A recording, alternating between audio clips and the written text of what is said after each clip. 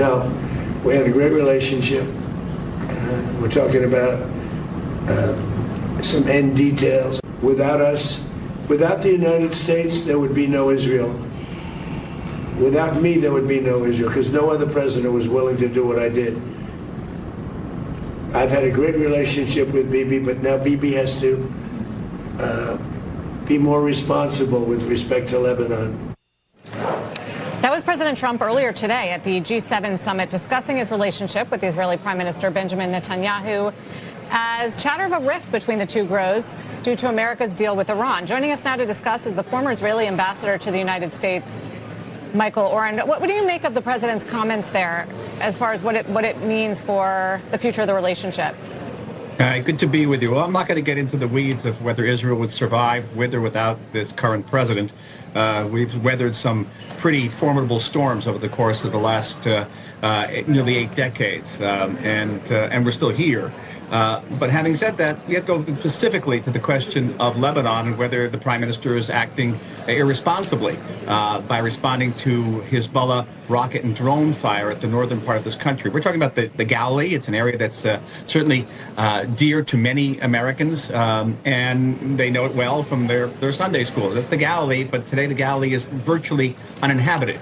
The population has been driven away by these rocket and drone attacks from Hezbollah. It's a branch of Iran. It operates exclusively at Iran's bidding.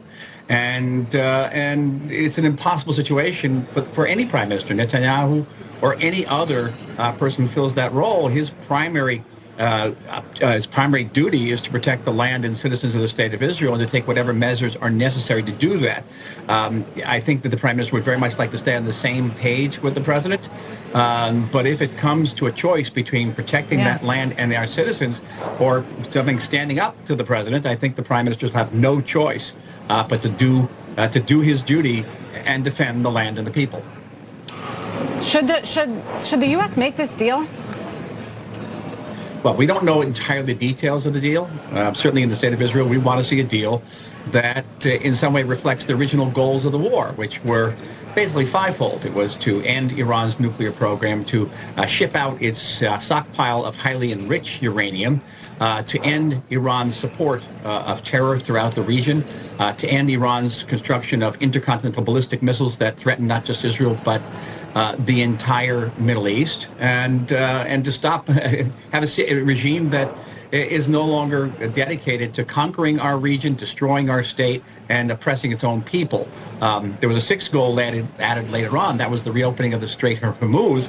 And it seems now, we can only say seems because we don't know the details of this agreement. It seems that most of the agreement is centered around reopening of the Strait of Hormuz, the flow of oil. The president said the other night, let the oil flow. That's very good. But in Israel, we're very concerned about the ballistic missiles.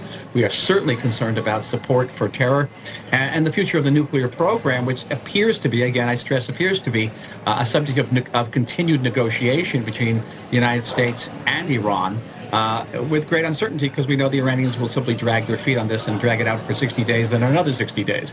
And so Israel has experienced, I would say, a marked degree of concern over this agreement. But if Iran is saying that that Lebanon is part of the agreement, in their view, then is Hezbollah still as big of a threat? You're assuming that Iran's going to rein Hezbollah in. And Hezbollah is just going to sit quietly in Lebanon and not rebuild all of its capabilities that have been destroyed by Israel at great cost of blood and treasure over the course of the last 2.5 years. But of course they won't. And what we're basically saying and agreeing to Iran's demand that Lebanon be included is basically saying Lebanon will never be an independent country. It'll always be under the thumb of Hezbollah, which, again, is just a proxy for Iran. And there are no small amount of Lebanese who say, listen, we're tired of being a colony of Iran under Iran's thumb. So it's a tremendous blow not just to Israel, but it's also to the Lebanese. And it's not standing up for their independence. And Israel has to maintain its freedom of action against Hezbollah, which is dedicated to our destruction. I can't stress that enough. This is not just a normal enemy who wants to change a border. This is an enemy that wants to wipe us off the map and is proceeding to, as I said, render all of Galilee uninhabitable. but Hezbollah has rockets that can reach me here in Tel Aviv and even the south of here. And so the threat is not just strategic, it's potentially, ultimately existential. The other comment that the president made this morning that's getting some attention is when he was asked about gathering Iran's enriched material and said, quote, "You could make the case, why even bother? It's not very valuable stuff." Where do you think that came from? That is not going to be the opinion of Israeli security chiefs. This is a highly enriched uranium. It's a 60%, which is a very short distance between to fissile material in the 90%, and enough fissile material to make at least 11 nuclear weapons. So I don't think you're going to find any Israeli security official that's going to sign on to that estimation. The other interesting wrinkle the president offered was that if Israel, in his words, can't responsibly rein in Hezbollah, maybe leave it to the Syrians. Did that make any sense? I don't think that, again, security officials are going to endow that estimate with much seriousness. It is unclear why Syria would do that, how Syria could do that. Syria has its own problems right now internally.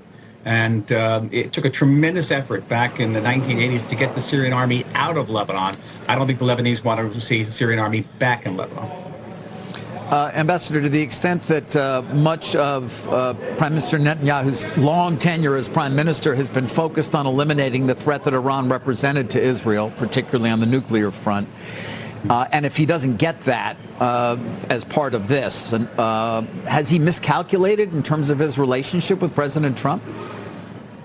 I think he did his best, honestly. I'm not going to get into the politics of it, but it's the duty of the prime minister, again, to defend the country. And the fact that he succeeded in getting or cooperating with Trump in the initial attack against Iran and seriously degrading Iran's capabilities. And let's overlook, the Iran today is not the Iran of last January or February, and that is in his favor. He did his best. The president, and I'm not a spokesman for the President Trump, certainly, but it seems he's responsible. He's responding to fluctuations in American public opinion against the war. I don't think the administration, I can say this, made a very compelling case for going to war, and a great many Americans who are highly dependent on gas prices were frankly flummoxed that these gas prices are going up as a result of a war in a place nobody had maybe remotely even heard of. So you had to make that case much more forcefully to the American people. That did not happen.